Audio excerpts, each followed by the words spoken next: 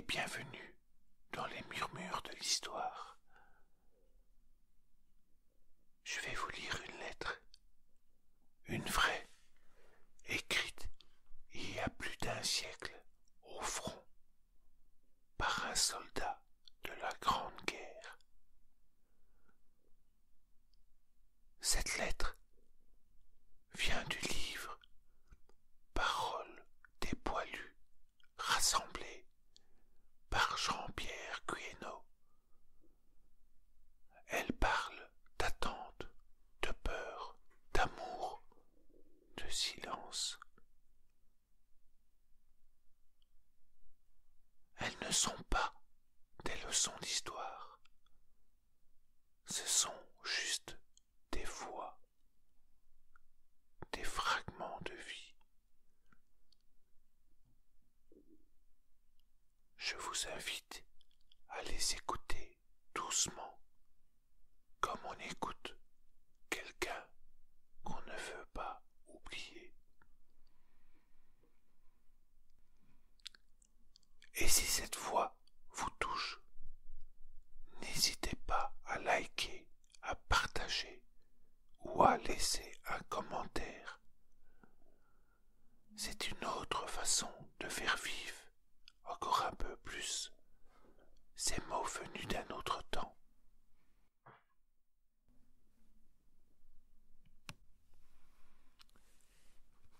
La lettre que je vais vous lire, elle est de Étienne Tanti. Il était le fils d'un professeur d'espagnol qui était également bibliothécaire au lycée Hoche à Versailles en 1914. Étienne avait 24 ans, philosophe de formation. Il avait raté de peu l'oral de l'école normale supérieure de la rue d'Ulm. Un an plus tôt,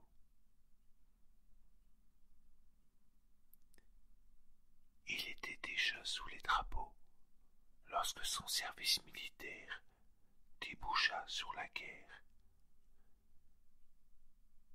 Il appartenait au 129e régiment d'infanterie et fut blessé le 25 septembre 1915 à Neuville-Saint-Vaast. Soigné pendant près de 6 mois, il fut renvoyé au front et fut fait prisonnier à Tahur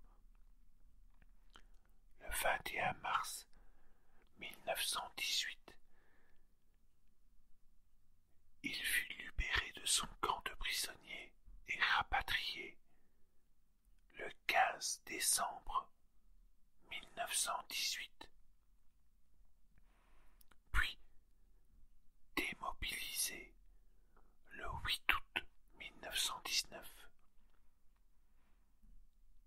Étienne Tanti était caporal à la fin de la guerre. Il devint ensuite professeur de lettres et de latin.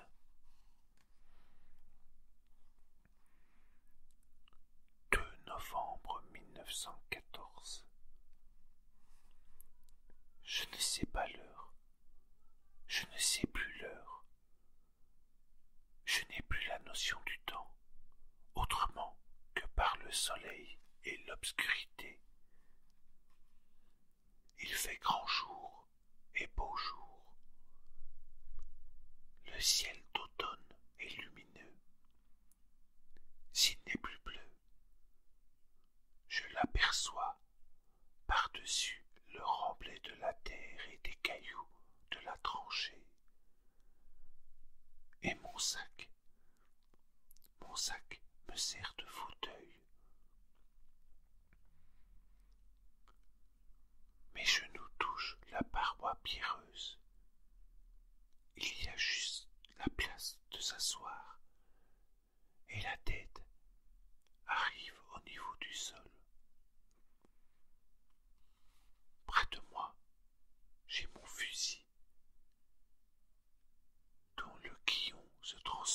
porte-manteau pour bien accrocher la musette et le bidon.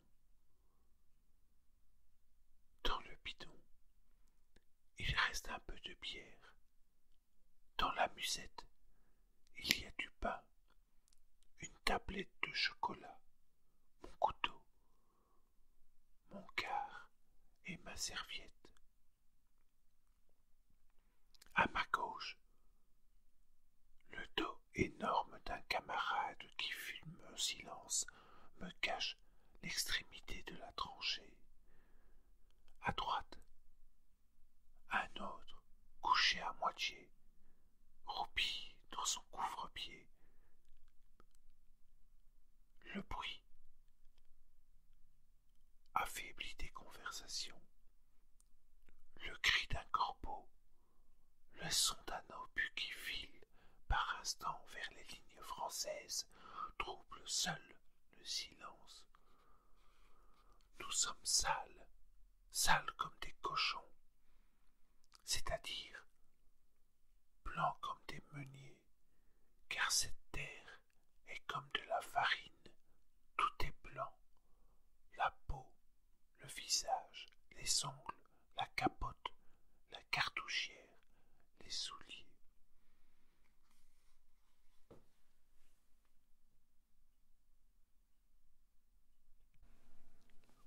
Merci d'avoir partagé ce moment des murmures de l'histoire.